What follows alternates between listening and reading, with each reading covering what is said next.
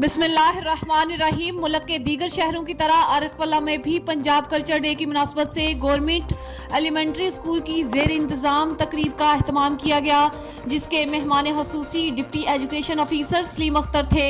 मेहमानों का पहुंचने पर स्कूल प्रिंसिपल जफर सद्दीक, मिर्जा शकील अहमद और दीगर ने पुरतपाक इस्तकबाल किया। पंजाब कल्चर डे के हवाले से स्कूल के बच्चों की जानब से मुख्तलिफ इकसाम के स्टॉल सजाए गए, जिन पर इन्होंने पंजाबी कल्चर को खूब उजागर किया और पंजाबी पकवान तैयार किए, जिनको देखकर मेहमान दाद दिए बगैर ना रह सके।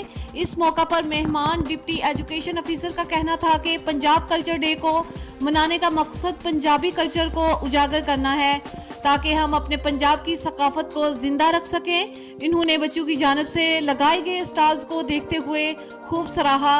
Report district bureau chief doctor Mohammad Arshad Doga, Sareaam news.